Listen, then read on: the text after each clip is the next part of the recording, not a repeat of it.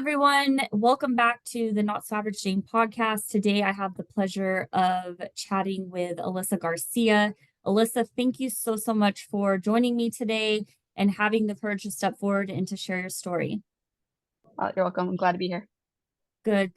All right, so let's jump right into it. I love to start with your enlistment story, kind of, how you came to even join the military, what branch you joined, any motivation behind that, what that whole experience was like, if you don't mind sharing and starting there. Yeah, so for me, my first thought of joining the military, I think I started really young, maybe like 6 or 7. I was born in the 90s and I saw a movie called Stormship Troopers, and I wanted to join the Air Force. I don't know why I connected the Air Force with that, but I did. No one in my family is in the Air Force. I do come from a military family though. All the males in my family served in the Marines or the Army. I'm the first to serve in the Air Force. So that's kind of the idea started, and then as I got older, um, I kind of backed away from it just because my mom was really against it. And then when I was in high school, I was dead set on joining the Air Force, like right out of high school. But I graduated when I was 17, so I wasn't allowed. My mom, she didn't sign off on the waiver because I was a minor.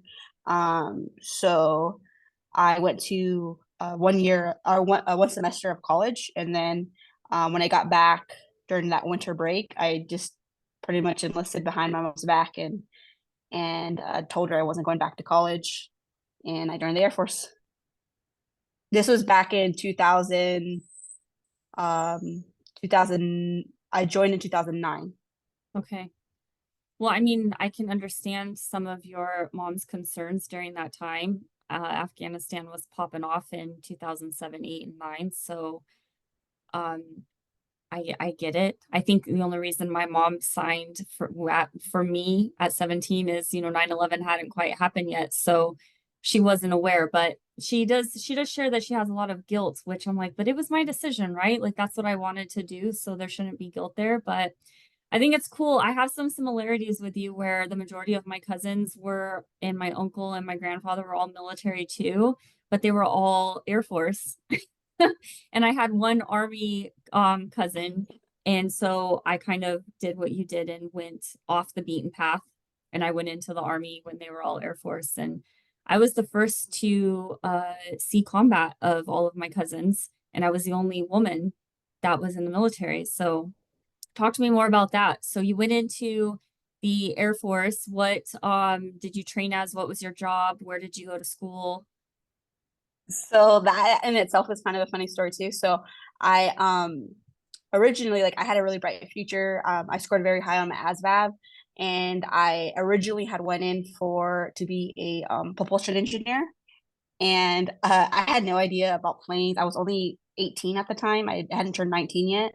Mm. Um, and it was very scary for me to think like I would be doing something like that. But I tested really high in the mechanics and that portion of the ASVAB. And so they were really pushing me on that one. And then my delayed entry was about a year, and I didn't want to wait a year. And about a month or two after I signed all my paperwork, the job opened up for security forces, which is Air Force equivalent to MP. Mm-hmm. And I just took it. And um, looking back, me now with all the wisdom that I had now, I think I wish I didn't do that. But like, I don't have any regrets, but it just being older, it was pretty naive of me to kind of switch over the way I did. But I wanted to be a cop too. Like, I grew up, a lot of bad things happened in my childhood that wanted me to be a cop. I went to college and criminal justice major. My goal was to become like work in the FBI or something with the government.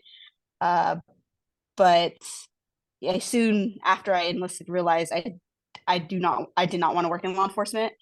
Um, but yeah, so I went in as a security forces, and kind of surprised my mom because that was kind of my promise to her is I wouldn't do like a combat related field. And that's why I actually joined the Air Force instead of the Marines, is because, my uncles and my cousins, they all joined the Marines and they were all like combat related. My uncle was in Iraq. He joined right at 9/11. So it's like a lot of trauma with my family. So my mom, that was the way I convinced her. It's like, oh, I'm going to the Air Force, not going to see combat.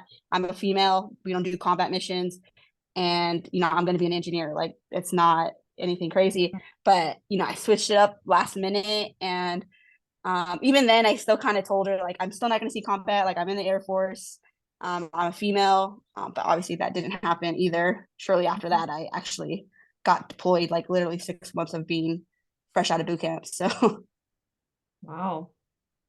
That's okay. The parallels between you and I are just interesting. So, I mean, the audience should know by now if you've listened to any of the previous podcasts, my background. And so it's yeah, I knew I wanted to be in law enforcement, so that was like what I tailored into. But the ASVAB is very interesting. And for those that are listening who have no idea what that is, it's essentially a test that the military has you take prior to, and it showcases your skill set. And sometimes it can be surprising, right?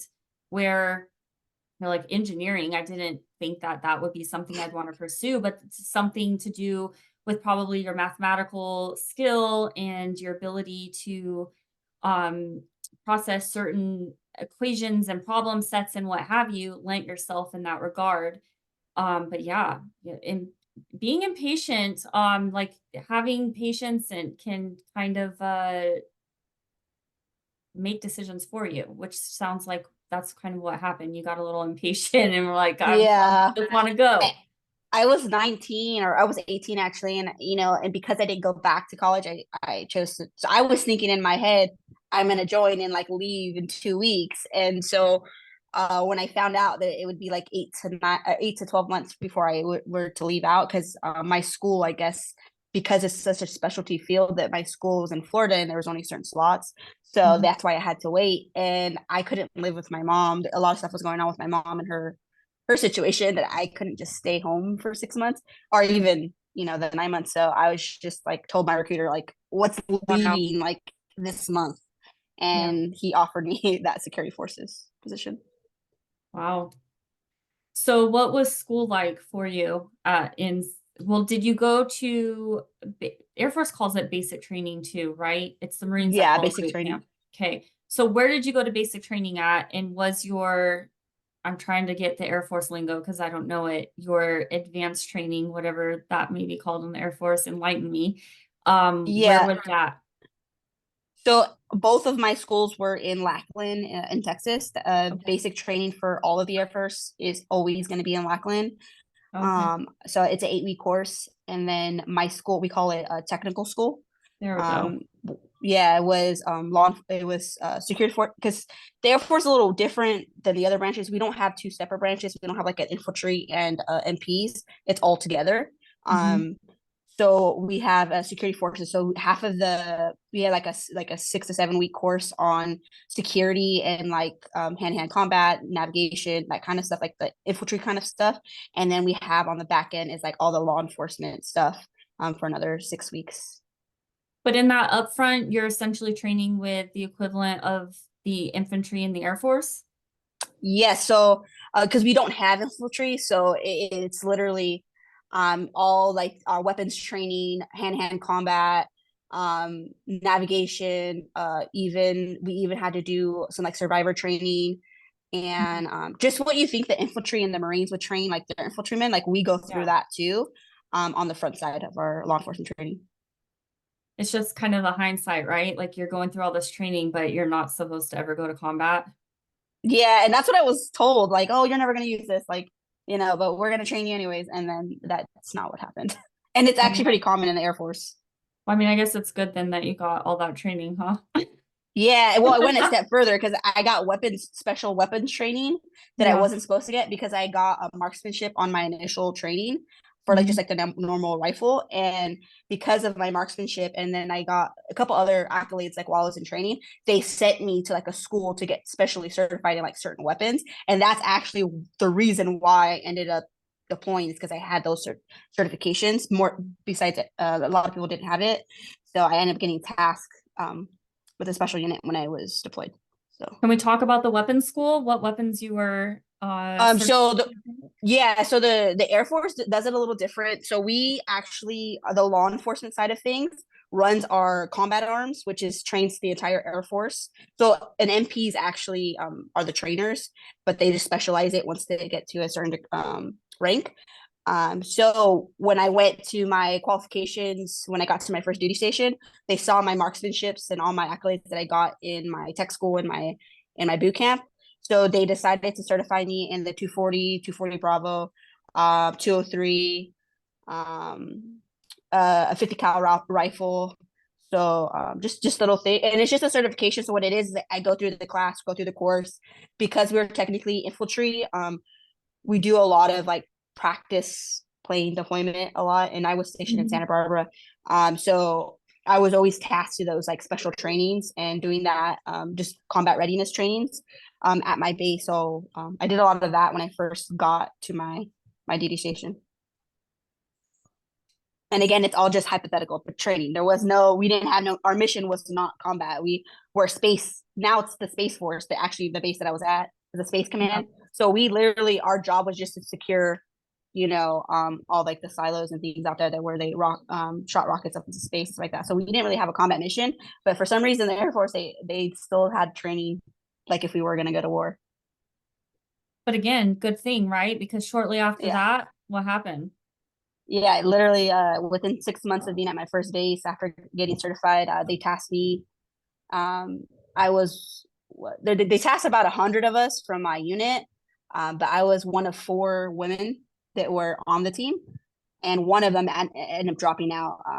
I think she hurt her knee during one of our trainings or something like that. But so there was only three of us from my base that were tasked to relieve a army unit in Afghanistan. Yeah, because they were at that time in 2011 when I went, they were kind of scaling down. So they were pulling out the army.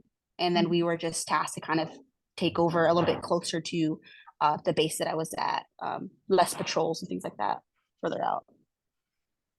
So 6 months post training, barely new to your unit, Yeah. young enlisted, 2011, you get the call to go to Afghanistan. What's going on in your head at that point? So when it first happened, I actually found out a little bit before I was supposed to, just because I was still new to the base. So I was actually checking and getting all my gear for just the law enforcement side, starting with my unit and stuff like that. And when I was at logistics, they have a board that kind of shows who's going in and who's going out. And I saw my name on there, and I'd asked them about it, and they said I would find out. But yeah, I was when I found out, I was probably just turned 19 because it took a while for me to go. um so I it was kind of I was kind of in shock because Mhm. everyone swears, like my recruiter, everyone that I had was involved with as far as like higher ranking than me, as you said, don't worry about it, you're not going to go, you'll be fine. um and yeah, and I don't know what it was, the timing or what, because they even said that type of job or the task that we were tasked with is not normal.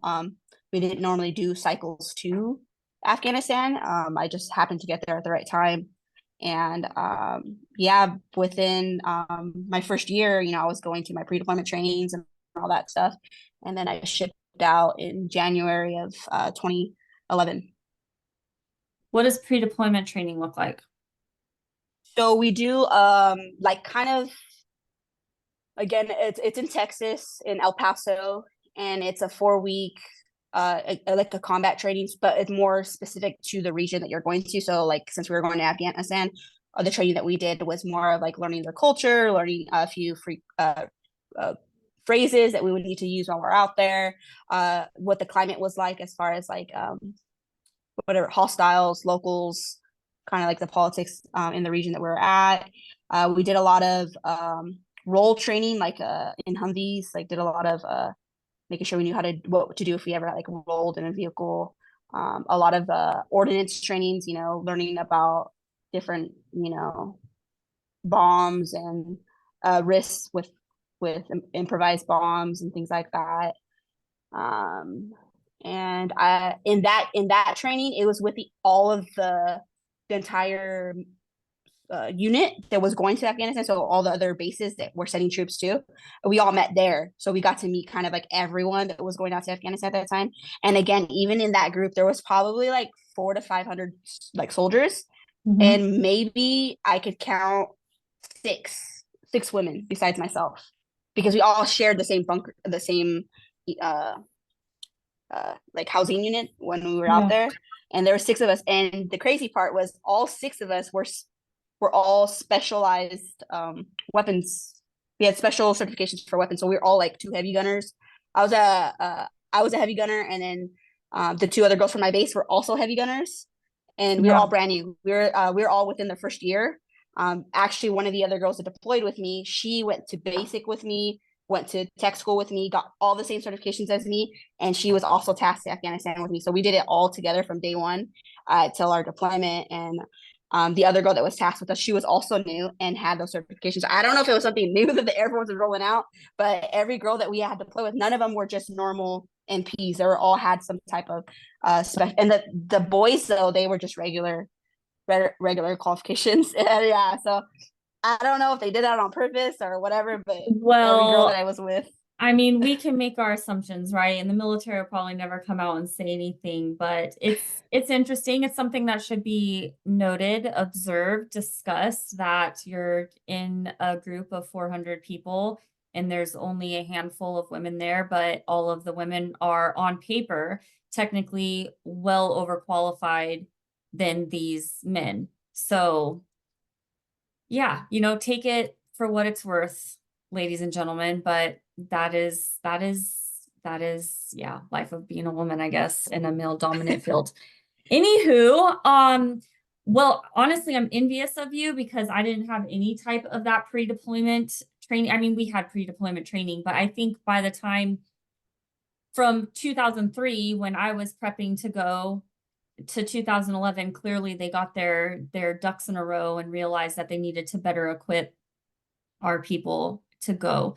I would have loved to have had learned. So I learned about culture on the fly and in some language on the fly, and more, it was more of like stop or water or we definitely did a lot of role playing and ordnance and stuff like that, but that was just part of the mission. But I'm happy to hear that you got to kind of learn about some of the culture and language and prepare yourself before you went there.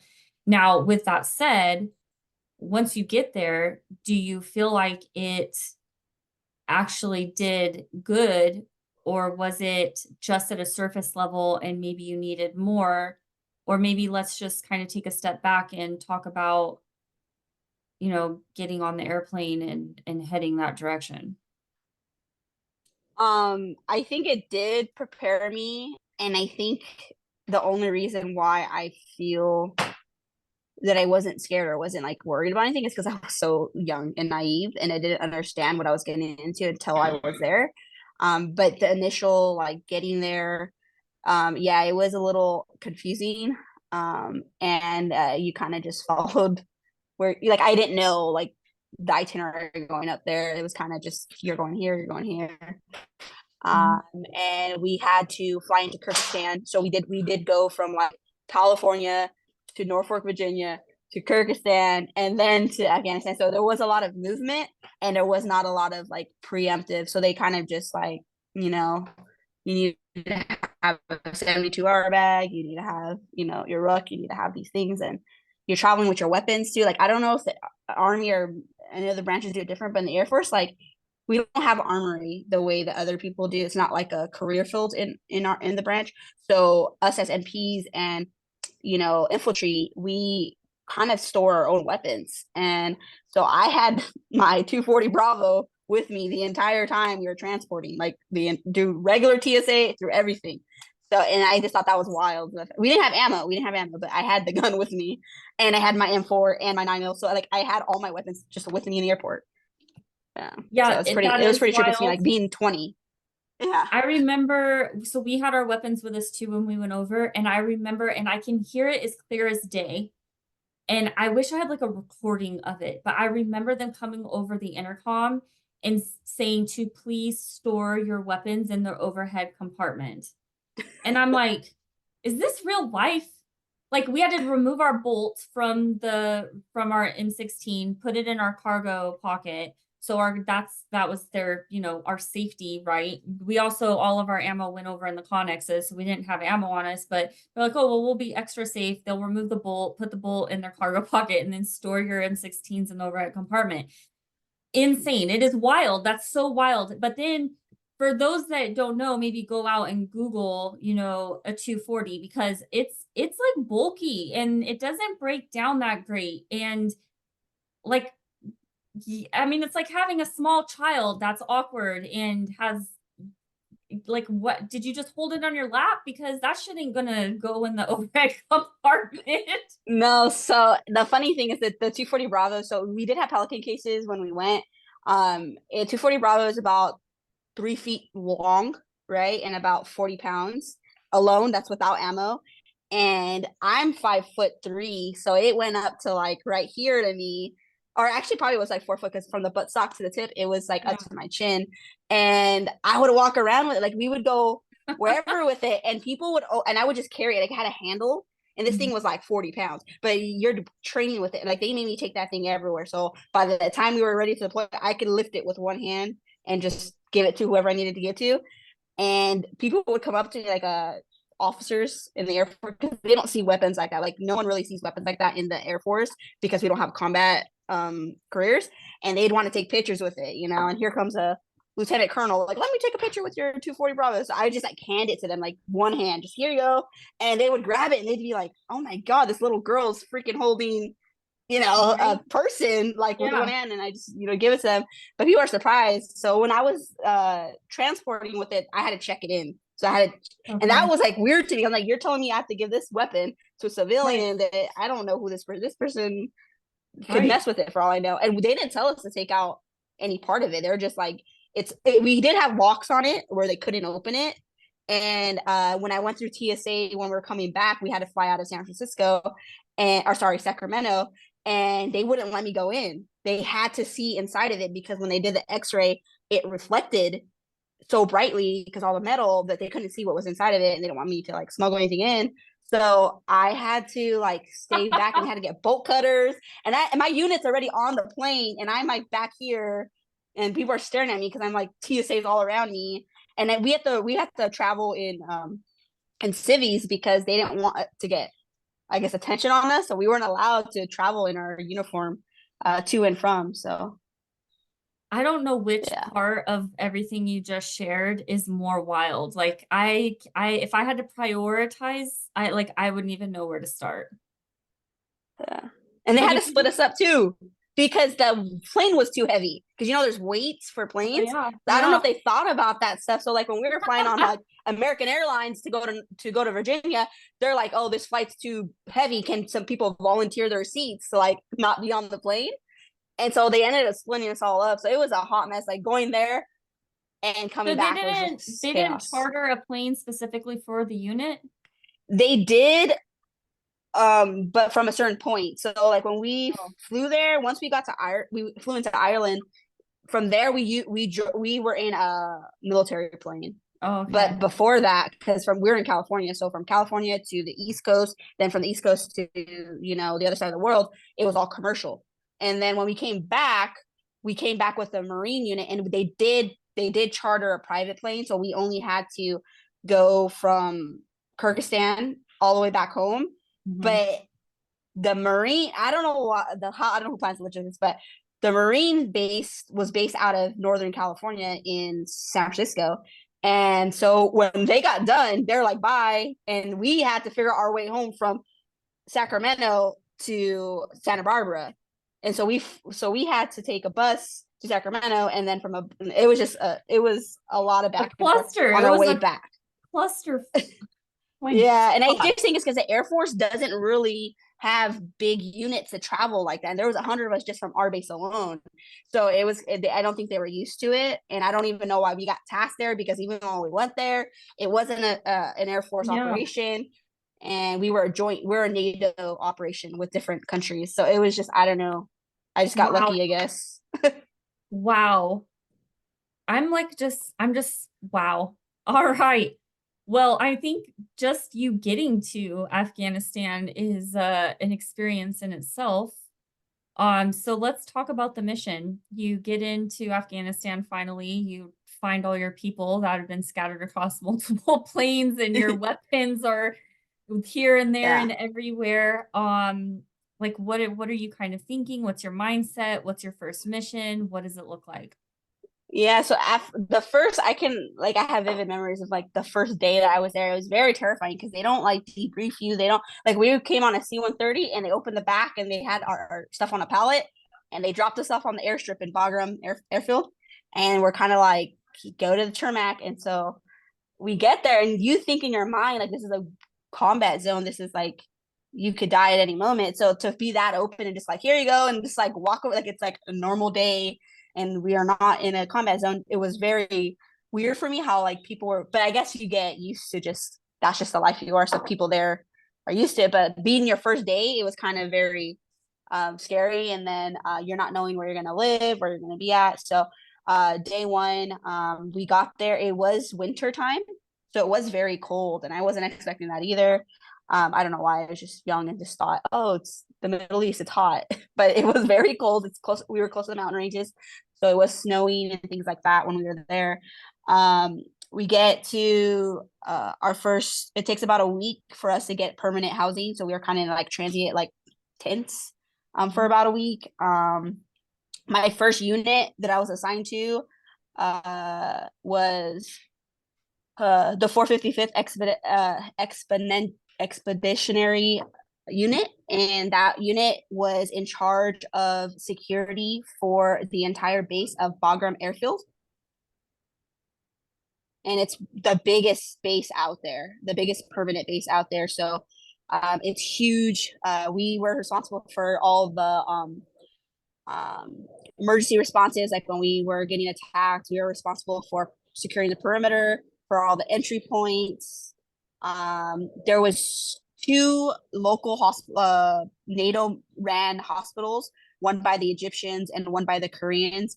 And we provided security for those as well, daily entry, checking all the people that came to get hospital treatment. Um, and basically we ran everything that had to do with security. We were joined by I think three or four other units from around the United States. They were all Air Force, so all Mhm. of us were Air Force, but we took over the Army. So the Army had it before us, that post. Mhm. And because they were moving out, they were trying to go away from Afghanistan at that time. And this was before we got Osama bin Laden, so we had still been looking for him. And there was a lot of that going on, and they actually got him while I was in Afghanistan. So I remember that night vividly, and everything that happened after in the country. I remember all that too. But yeah, I was tasked because I was a 240 Bravo. I was tasked on a mobile unit with MRAP. So there was like these big, they're not tanks or Humvees, they're just like these different military vehicles, and they all had heavy guns on top of them. So I was responsible for securing the perimeter, basically, between towers, because there was like towers every 100 yards or something like that. Okay. Well, let's take a step back because I came home. I think I was home for like maybe a month or two when they grabbed Saddam. And I remember that feeling too. It's something that like I thought was maybe going to happen while I was there, but it didn't. And I remember seeing it on the TV, and I remember thinking I was going to feel some sort of relief, but I didn't. It was weird. But I'd love to hear, especially because you're in country when um Osama is taken down. What was that like? How did you find out? What was going on like within your unit? What were you thinking about? What did you observe of the community and the culture outside of the airfield? Maybe talk about that day.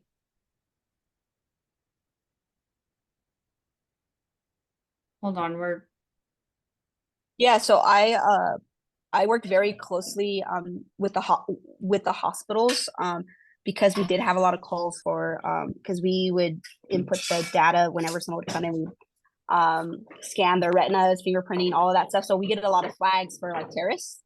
So we did Mhm. have to go out there a lot. And we worked a lot with the interpreters, the locals that would come in and help us out with just, talking to other locals and going out to the villages that were right next to the. We had to do that a lot too, like just go out to the villages and it wasn't me. I was the one providing security, but we'd have people to like broker deals and things like that. Um, but yeah, so right before it happened, well, SEAL Team 6 was trained out of our base in Bagram. So we knew that when they came, okay, something must be happening, but no one could foresee that it was going to happen when it happened. But the night that it happened, I happened to just be working the night shift. And I remember them turning off our CCTVs because we have cameras by the flight line, and they closed one of the hangars, and they said it was like blackout, like no one could be there. We didn't know what was going on. We finished our shift and didn't hear anything again. Um, that morning, we got off work and we were going to go eat in the chaha, and it was on the news, and there was Barack Obama, announcing that he was dead, and they had him and all that stuff, and they showed the footage, and yeah, and then we found out later, obviously from our command, that they left our base, went to go do it because it's in Pakistan where they got him, and then they Mhm. flew him back and then flew him out to the ocean. But all that was done through via Bagram. So then that next, like I want to say the next 2 to 3 weeks, it was just chaos. That was the most that we got attacked. The closest call I ever had was during that 3 week span, and it was just retaliation after retaliation. That was the most that they during this time was the Taliban, um, that they ever were like kind of brazen and just would just attack us during the middle of the day. That never happened.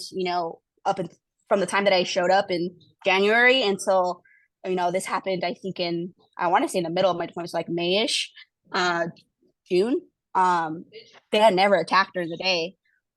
They usually attack in the disguise of night, from far away. They shoot RPGs and stuff like that. But no, they were coming straight, really close to the line and to the fence, and they weren't too happy with what was going on. We had a lot of um,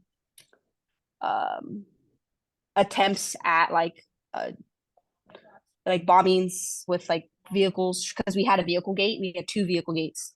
Them trying, but we caught them beforehand. We have dogs and other things going on to scout kind of that stuff. Um, so they weren't successful with any of the gate bombings, but we did catch them beforehand, and then but yeah, so like it was pretty intense after that, for a couple Yeah, weeks.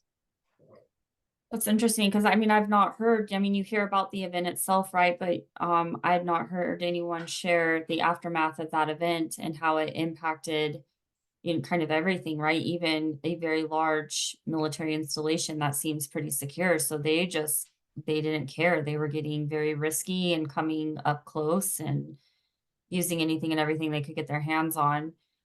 If you don't mind, for the, common listener, I'd love for you to kind of explain, like maybe lay out a visual of what an ECP actually looks like there. So an entry control point. Yeah. Um, because like you're working that, and I mean, if anyone has seen any type of military movie of any flavor, it's going to be very similar to that. And that's sketchy. Like you're literally standing on the line of danger and safe ground, and you're the force of keeping the entire installation safe, essentially. Because if someone just comes balls to the walls at you 100 miles an hour and gets through the barriers and mows you down successfully, and then they have a bomb in their vehicle, like that could be detrimental. So that falls on your shoulders and your responsibility. And in the back of your mind, you're kind of keeping that. So can you maybe talk about what the ECP looks like, and then, maybe some encounters that you might have had when working those types of missions? Yeah, so we had three ECPs that we were in charge of, because I know the base is so big, so it's split up into sectors. One of them, we only had one vehicle gate. The other two were pedestrian, mainly for the hospitals because they Mhm. saw the locals every day. The main one that had the vehicle, we had the serpentine, so it was like an S shape, right? That they had to go through. There was layers of checks, and everyone that entered the base had to get registered. So in Afghanistan, they don't have a birth registry or like a way to track people. So we had biometrics, this like really cool, it looked like a Nikon camera. And what you do is we had to take a picture of them if it was their first time. take a picture of them. It does a facial like recognition system they get put into. We do retina and then a fingerprint, right? So we do all three when they first come in. So we have a section where they section off for like if they're new. Mhm. And then obviously if they've been there before, they just do the fingerprint and it pops everything up. So the Is there riskier any part. other is there any other information that's gathered on these individuals as they're coming in? Like, are they asked a series Mhm. of Where they're standardized from, questions and yeah, where yeah. they're from, where they were born, what village or tribe they're from, or just things like that, why they were on here. Because they did hire, like Bagram hired a lot of locals to run the base. So like all of our like sanitation, our kitchens, a lot of like our just like when they're building things, a lot of the construction Mhm. were contracted out by local, we call them LNs, local nationals, or other people from other countries, like a lot of workers from India and from Africa, and then along with Afghanis. So because there was so much people inside that were from that region, they were really wanting to register everybody and making sure that they knew who was on base. And I think it was a way for them to kind of also just collect data because there wasn't any. And, you Right. know, when a bomb goes off, they're looking for fingerprints. And if they're not registered, you're not going to find anybody. So they tried to just register as many people as they could. And I think that was why they even opened it up for the hospital so they can get like the locals that are not, just to track people. And so because I'm a female and I was a woman, I think that's another reason why I got tasked there. I would have to do all the women, and I would have to task. I mean, I do men and women, but mainly I was there for women because they wore hijabs and you had to like do the picture, and they won't do it if there's like a man around. So yeah, so we had to do all of that processing. But yeah, it was very scary, and there had been a lot of close calls. I mean, I was working, I think I wasn't in the gate when it happened. I was at the tower next to the gate because I was overseeing with my heavy gun up top, and we had canines because we always had canines too. A canine at EOD, explosives, that's what he would sniff for. He triggered one and it blew up, and thank God neither of them passed away, but the dog lost his leg, and so did the handler. And I was there. We had to respond, and we had to drag them back in because it was outside the wire. You know, they weren't on the gate. They were a little bit above because it's a line. And yeah, and so I remember that morning. And that was after Osama bin Laden too. I don't know if there's a correlation. Like, I don't know if it's connected, but a lot of the more, I guess you could say, the more bigger events that happened, it happened after that event.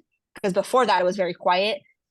I do want to also say that I did hear that the trend is during the wintertime, they don't really attack as much because it's cold, it's snowing, it's harder to move around. They don't have the same type of like infrastructure we do. So they hide out until like obviously warmer months. So it could just because the weather had changed, from winter, spring, and then Yeah. summer. A lot of variables, but likely, I think what you're alluding to is probably, Like the one of both. their leaders was taken down, and so, they're just retaliation. There's probably internal conflict of who's going to run command and take charge, and people are trying to showcase their leadership and, their ability to have an impact and retaliate. So, I mean, there's a lot of that probably to be taken into consideration on top of the weather, sure. But yeah, that's sketchy and wow. So how long were you on that tour, and were there more, or was that all you had to No, so do? that's just one that I pulled just because we're talking about the entry gate stuff. Yeah. I mean, there was a couple close calls. Uh, so I got there in January, beginning of January, and we didn't leave till August. Normally, typical deployments for the Air Force is 6 months, Mhm. but another crazy event happened while I was out there.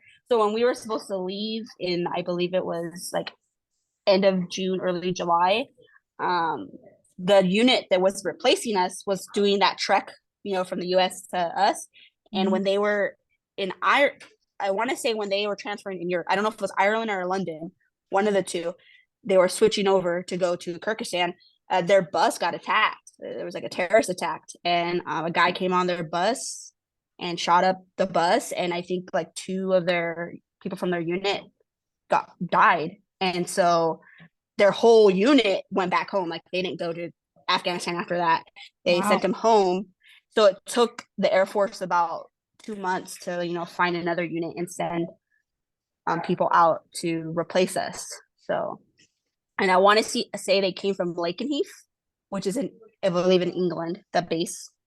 Um, so yeah, I mean that was pretty, to get that news too, it was pretty intense. And then, obviously we had to stay longer, which we were fine with doing. Um, but yeah, and then that caused me to have my 21st birthday out in Afghanistan because my birthday's in August. Um, and a few other things happened in that time span too.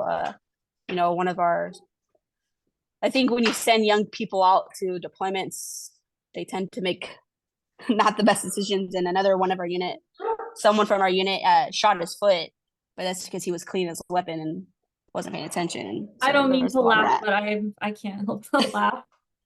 Okay, Yeah. we had a few very odd incidences happen, and one of them actually wasn't a young person, but he was a cook, and he should have never been hauling around a 240, in my opinion. Who gives a cook a 240? But anyway, Yeah. yeah. So that to me, like my thought process goes when you share that this unit that's supposed to be coming in to replace you, right, ends up getting attacked coming in. My mind goes, well, shit, I'm not even safe outside of this quote unquote combat zone. Did you have those Mm-hmm. thoughts then, or was that something that crossed your mind, or? Yeah, and so like that's why I was kind of relieved when they told us that we were flying charter. Maybe that's why they even changed it on our way back, where we didn't have to go through a bunch of different airports the way we did when we came in.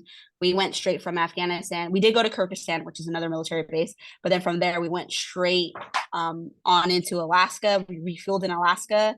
We didn't get off the plane. I mean, we got off the plane, but we didn't leave that like terminal area, and there Mhm. was no one around. It was like a different section of the airport.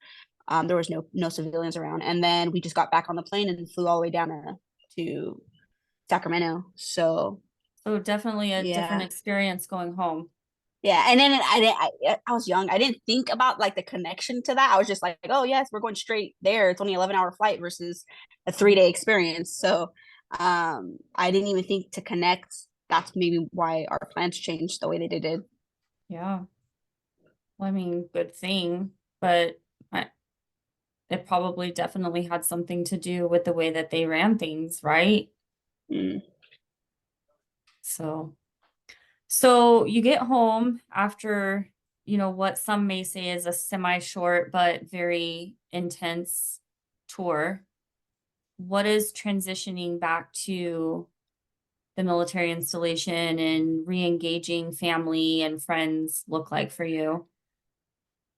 Well, back then I was young. I didn't really like have kids or a significant other. So that's one thing I was grateful for because a lot of people I was with did, and they had to deal with being away for so long. I will say it definitely changes you.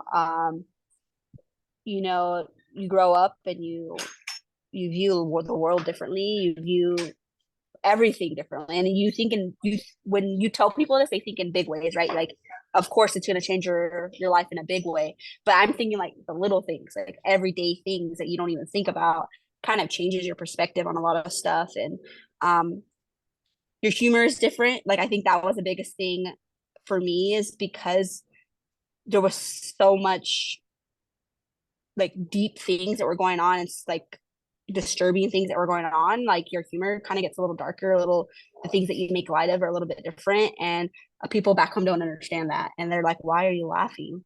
Like sometimes I'd be telling stories about like an incident that happened at the gate or that happened with between me and a standoff between me and one of the locals that was a child, and kind of like that interaction and having to deal with that. But like laughing it off, and they kind of like didn't understand why I was laughing it off.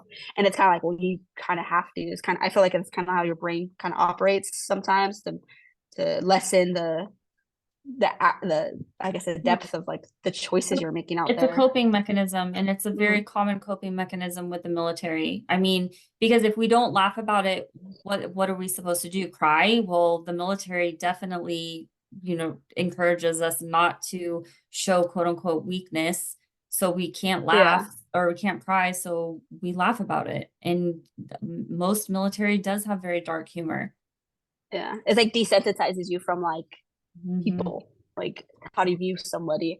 And you know, I've been out for a very long time, so like over the years, obviously now, and I'm older, I have children, I have a family, so I have changed again, like I transitioned again to, you know, I'm a little bit different now, actually a lot different than I was when I was in the military. But it didn't it was hard for me while I was in, and it wasn't until I detached myself completely from the Air Force, and it wasn't my identity, and it wasn't something that I worked going to work every day and kind of, because everyone that you're around, they're kind of going through the same thing as you. So you don't see the issue, you don't see the problem, because you're around other people who think the way that you think and are as messed up as you are. And then when you leave that and you become a civilian, it's like a culture shock again. So it's like another transition that you're having to do. And I was fortunate enough to come from a family that like has history with that. I had resources, family members I could talk to about these things. They kind of understood where I was coming from. And my mom's a clinical psychologist, and you know, I could talk to her at any point through this stuff. And mental health has always been very important for my family. So I didn't have the same stigma that maybe a lot of other people did. And I think that's what helped me and why I'm so, I guess, well adjusted now. And people who meet me now who didn't know me in the past could never even think that I was in the military. Like, I don't come off as someone who was in the military. And so it's very shocking when they find out that I was, because the job that I do now and what I do now in life, my purpose now in life is so different than back then. But I always say, and then when people ask me why I do what I do, I always say it's because of what I experienced in the military. That shaped what I do now. They don't understand the connection, but I'm like, you don't really know until you're out there, until you see some of the things you see, and you see the world from a different lens. So Wow.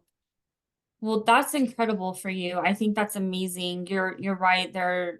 I think the majority of people who transition out, they don't have a good support system. They don't have people that understand what they went through and how to kind of out process yourself, because they're really, I mean, military does such a great job at preparing you and putting you through training to enter into that environment, but they do a horrible job at out processing you and kind of decompressing you from that environment and preparing you to, be a citizen, and not just a citizen, a productive, sociable citizen who's able to, you know, interact with society in a positive way.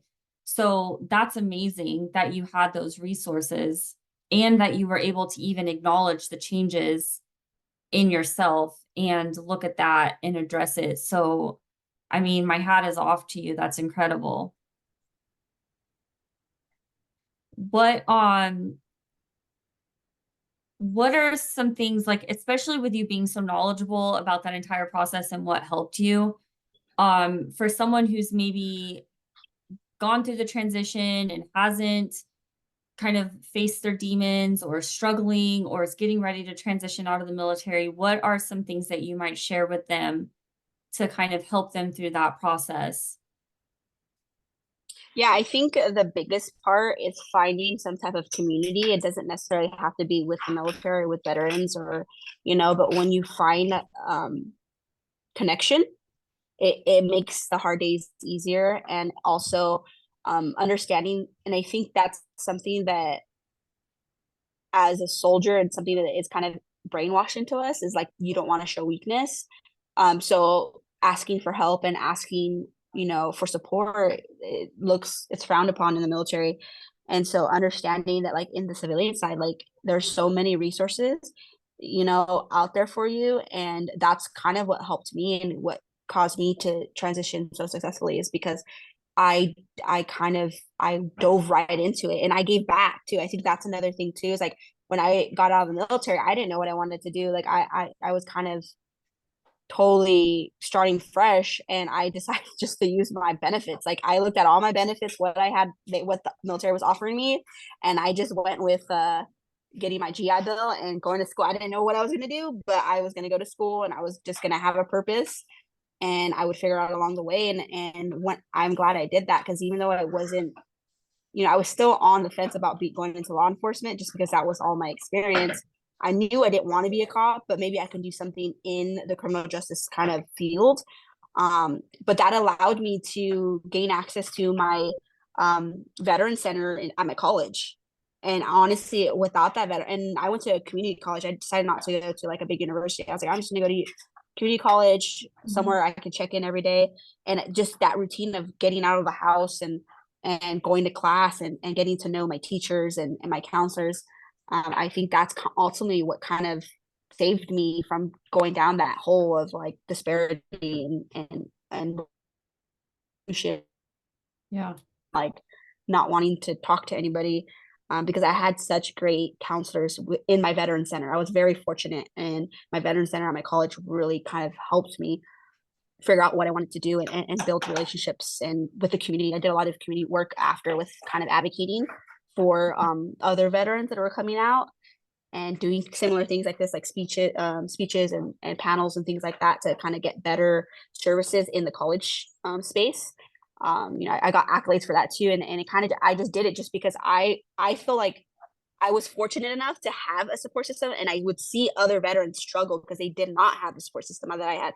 So I felt because of that, like, okay, that shouldn't be my excuse, like, oh, well, I'm doing fine, I don't need to worry about anybody else. So that made me like, no, I need to create artificial communities the way I have a community. It's something where anyone can go to and things like that. So, because it's just I saw it, and I have a lot of friends that are not here no more, and I knew that there needed to be something for us after. And I think, I thought at least I did a good job before I left and moved on and to other spaces. So I love all of that. And they're like are key words that I think are so important that I want to like say again. And that is that you needed a purpose. And I've heard that a lot. And I've had people who have studied the hell out of military and transition and all of it. And they've all said the same thing that we need a sense of purpose and mission in order to mhm. thrive. And if we don't have both of those things, that is where we find ourselves in that depressive type of state. And then it can just get worse from there. So you found a purpose. And then I think that routine, right? Because we go in the military, you're told what to wear, what to eat, where to go, when to be there, how to do it. Everything is just kind of given to you in an orderly fashion. And then when you get out, if there's not some sort of routine, you just feel discombobulated. Like you don't really know what to do with yourself. How do I make these decisions for myself? So you being able to get right into, okay, my purpose is, college, and I don't really know what that's going to be right now, but I know that's where I need to be. And that gave you a sense of routine, so powerful and great words to pass on and pass forward for sure. So what came of college? What is Alyssa doing today? So yeah, and it's funny because like I didn't want to go back to school, but the GI Bill pays your rent, so I was like, I'll do that. Um, and I ended up going to school for psychology just because again I wanted to understand kind of our brain and the way we operate and things like that. So I went in with that purpose. Originally was to become like a counselor in like the veteran center and things like that Mhm. because I still wanted to be attached to like the military in some way. And as I started doing my degree, um, another big thing is a lot of military veterans, part of getting their disability, things like that, they have to go through a series of tests for their mental health and go see psychologists and psychiatric hospitals and things like that.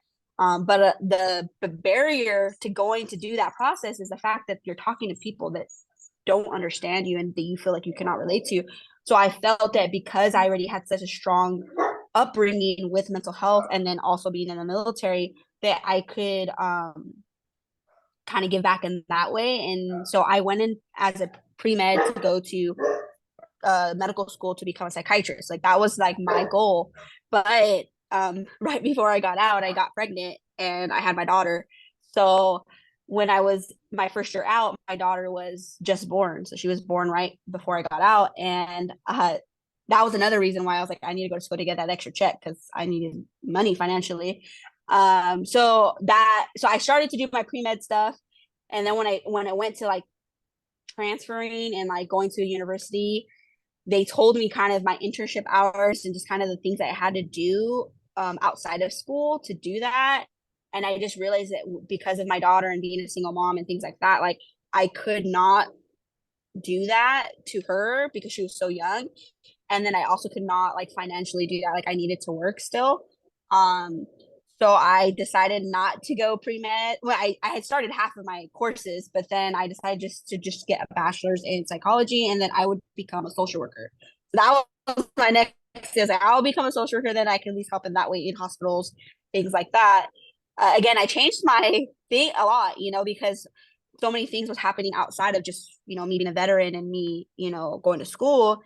Um, During my college time, I got a part-time job, and it's funny, it changed my life because when I was in Afghanistan, one of the highlights and one of probably like the stories that I always tell people because they're good stories, they're like stories about like kindness and happiness and light are the stories that I have working security for um the Egyptian hospital, because the Egyptians had a child care center, and they would teach the Afghan kids. They would come in, like they didn't need to be seen for like appointments. They would like almost like a preschool. It reminded me of like a preschool. They would come in, they would teach them how to read and write in English. They would provide them food, because where we were at is a very poor part of Afghanistan, and a lot of the kids are just on the streets. They're orphans. They don't have schools out there. They don't even have shoes. So every day they would come in, and I'd hang out with them after my security work was done for like the beginning of the day. They would come talk to me. I would hang out with them. I got really close to a few of them. Um, and I'll never forget this little boy. His name was Pacha. And it's crazy because Pacha means king in Farsi. And at that time when I was in Afghanistan, my mom was pregnant with my littlest brother. And I didn't know he was born in May, so I was out there, but they named him King. And I had no idea that his name was King. So when I was telling my mom this story, when we were Skyping one day, that about this little boy, and she was like, "What's his name?" I was like, "Pacha." I was like, "Oh, it means king in English." And she was like, "What?" And then she told me my brother's name. I just thought it was like a weird coincidence. But this little boy, every day, he was the cutest little boy, and he was so fascinated by like my whatever, like it could be like a pen, and he was like, "What is that?" And like I would talk to him, and he knew Farsi and I knew English, so we would kind of teach each other. But what I didn't know though was he was part of a family of like 8 kids. He was the youngest, he was the baby, and he had older siblings, and his mom and grandma would come into the hospital a lot. He didn't His father was captured by the Taliban because he worked with us. And out there, women can't own property, women can't work, things like that. So they were pretty much orphaned off. His mom and grandma, another village person took them in, but they literally live in like the poorest conditions. So I didn't know this, but this whole time I was, sharing my lunches with this kid. I would um, buy glasses. He was fascinated with my glasses, so I bought him a pair, and he took it home. And I was teaching he introduced me to his older brother, and I was working with him like to help me with like in processing the females that come in, because kids can be around women. It's just not like so because the interpreter would be so busy, he would kind of help me. And so I kind of gave them little jobs pretty much, and I would like feed them, give them cases of water. And at the end of my tour, when I was leaving, I had told Pacha and his brothers that, that I was gone, I was going to leave. And they were really sad about it. But his mom and his grandma came to me, and they were like in tears about like how much that I impacted their life. And they made this jewelry, and they like gave it to me. Like they don't own a lot of things. So like for them to give me a gift like that, like I really understood the significance of it.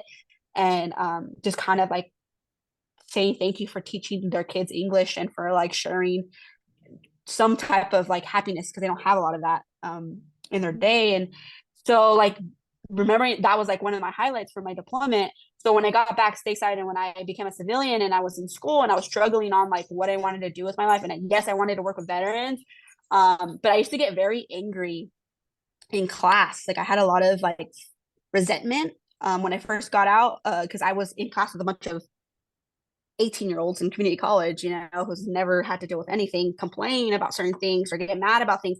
And in my mind, I'm like, you have no idea, like some people that don't live in our country, like the stuff that they have to go through. And so like so I would get like I would be really resentful. So at first it was like anger. So I couldn't really, I don't think I could think through things, but I was going through treatment, going through stuff. And as I got like a little bit better, and I started, instead of feeling resentment, it was kind of like I felt like, um, it gave me peace to know that like they didn't have to even think about the struggles that other kids have to think about, and that they have Yeah. this charmed life that they don't even know that they have it.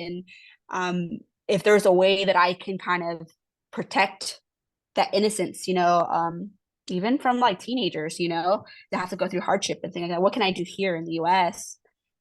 So then that's when social work started coming into play, like something in that, and but more so with children.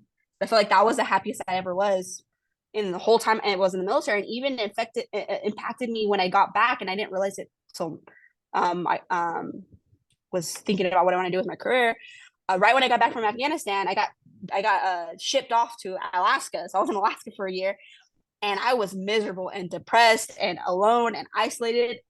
And I remember thinking about my deployment and the happiest moments I was in my deployment, and remembering children. Like that's what it was, helping children and mentoring children. So I started volunteering at our base for like the youth sports programs, because I played sports in high school. And I think I racked up like 3,000 hours in 1 year of volunteer. And I got like this medal too. I have like this medal for like most volunteer hours from a enlisted person on the base, and it's signed by the president and everything. And I didn't do it for that. I just like, I was alone. And that what made me happy was like coaching basketball and soccer in Alaska. So reflecting on all that stuff, as I was thinking what I wanted to do for my part-time work, someone just happened to refer me to working for the Boys and Girls Club in Garden Grove in Orange County. And I started doing that part-time as a youth development professional. And it brought me so much joy again. And I feel like that's kind of what started my healing journey, working with the kids and finding purpose. And it's funny because when you talk about missions, like I remember the first time like going into the Boys and Girls Club and like interviewing, and then saying like our mission. I remember everything was like our mission. This is our mission. This is our mission. And then now that I didn't think about it back then, but now that we're talking about it, it's like that's totally why I decided to work for them, because I felt like I had purpose. They gave me structure. They told me, these are the trainings you need to do. This is what we want. This is like the outcome. And I totally excelled in that field, and I never looked back. And now 10 years later, I work for the district as admin, providing expanded learning programs for at-risk youth. And they call them unduplicated children, but basically kids in the foster system, kids who are immigrants, kids who are homeless, things like that, and just providing them a safe space before and after school. Along with that, I'm also a foster parent, and I have two, right now I have two foster kids, 3 and 14. We adopted our other foster child. He's 13. So we have pretty much three foster kids in our home. And we've helped about 3 or 4 teenagers. I deal with teenagers mainly, transitional youth. So when they get kicked out of the system when they're 18, they have nowhere to go. So instead of going to the streets or to a shelter, I let them come into my home. And as long as they're in school or working, they can stay here till they're 21. It's a program that California offers. I don't know if other states do, but my whole life revolves around helping children. So it's like pretty funny, like just thinking back, and all stems from my work in the military and turning a bad thing into a positive thing, and having a kind of built resilience that I had to apply after the military. But I did that all on my own. I didn't, it wasn't like someone told me this is what I need to do. It wasn't like I had someone in the military kind of, or like veteran services telling me. This is kind of just my own experience. And I was just fortunate enough to kind of find an easy path. And I know a lot of people don't. And I think too, like that's kind of why I am as positive and as happy go lucky type of person, is because I feel on like every morning that I wake up, I feel super blessed and super grateful for the life that I have and the things that I have. And, and that keeps me going. And that's why my PTSD doesn't affect me as much as it does. That's why I can live without having to be medicated or having to self-medicate or, have, drinking problem. A lot of my friends have drinking problems and substance abuse problems. And I've never had that, but I think it's because I'm fortunate enough to have found something that's really impactful, and I can see the result, dealing with the kids that I work with and seeing the change and talking to people, and they're telling me like one of my sons, like he was they called him unadoptable. He could never be adopted. He will never get placed in a home, and he was just his rap sheet was insane. And he came to our house and when he was like 10, and he just torn to pieces, like his mental health, everything was just so bad. And it just reminds me of like those kids, in Afghanistan, and kind of like we live in America, we live in the United States where there's all these resources. Like we shouldn't have kids that feel that way.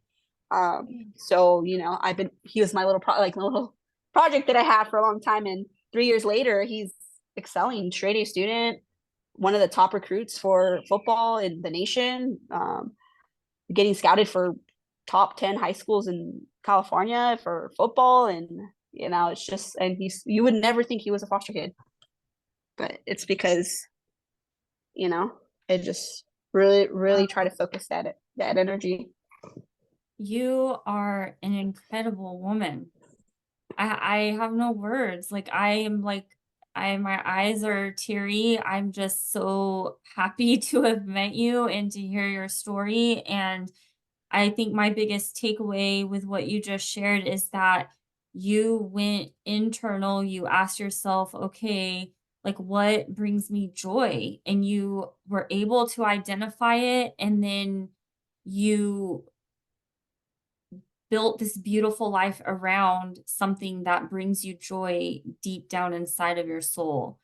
And that is so beautiful. Like it's incredible. It's an honor. Thank you so much for sharing everything that you've shared with me today. I normally have a lot of words to say, but I don't. I'm just in awe of you. And I appreciate it so much for you not only sharing it with me, but eventually sharing it with so many. And I mean, I've had many stories on here that are sad or frustrating, but yours is a beautiful, happy story. And I think these are just as important and it is as imperative to share too, because it gives those of us who might be stuck or in a dark place some hope and a little bit of guidance and motivation.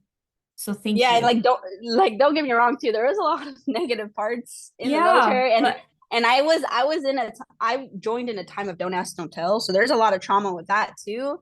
mhm, Um, but I think I just don't try. I try not to focus on that stuff. Like I talk about it a lot and kind of share my story because it is part of history. Kind of like just like it's wild to some people to think that those policies existed and some of the stuff that I had to go through. Um, but I just try not to dwell on it, and I try not to make it like the focus of it, yeah, right? Like there's good and bad in everything. um and even like the way I left the military was probably not the best too, because there was trauma there that was not being addressed. And because I was re-enlisted. I was supposed to do another 4 years, and I ended up getting out in 5. And there's a story behind that too, like why I just chose to do that. um but I just think that, yeah, at the end of the day, I'm doing great now. But this is post 10 years of being out of the service. So yeah. I mean, but you did it and you made it, and you're taking a lot of crap and negativity and what could be looked at is bad and horrible experiences. And again, you found a little bit of joy in that. And then you inserted yourself into a world that you can be a change maker. And I applaud you for it. I think it's absolutely beautiful. It's, kind of part of why I'm here right now talking to you is I'm trying to kind of do that same thing from this perspective. And now you're also a part of that. And it is an extreme honor to have spent the last hour or so with you. And I really, really appreciate you sharing your story. Honestly, we might have to have you come back on because I feel like there's a lot more layers yeah. and wisdom and experiences and stories that you could probably share. And I would be honored to have you. But for now, we'll wrap things up and I will leave any last words you might want to share with the audience. And then, we'll say see you later. Yeah. I mean, I'm more than happy to come on whenever you need me to talk about Okay. whatever, All So right. just let me know. All right. Well, any parting words for the audience, Alessia? No. Best of luck to everyone out there. Yeah, no, thank you everyone for joining us today. Thank you, Alessia, again for your time. Time is one of the most valuable things that we have. It can't be bought and it can't be, given back to us. And so sharing an hour and a half with me means a lot. And we'll stay in touch. And again, thank you. I can't say thank you enough. Be sure to subscribe for more episodes of the Not So Average Jane podcast.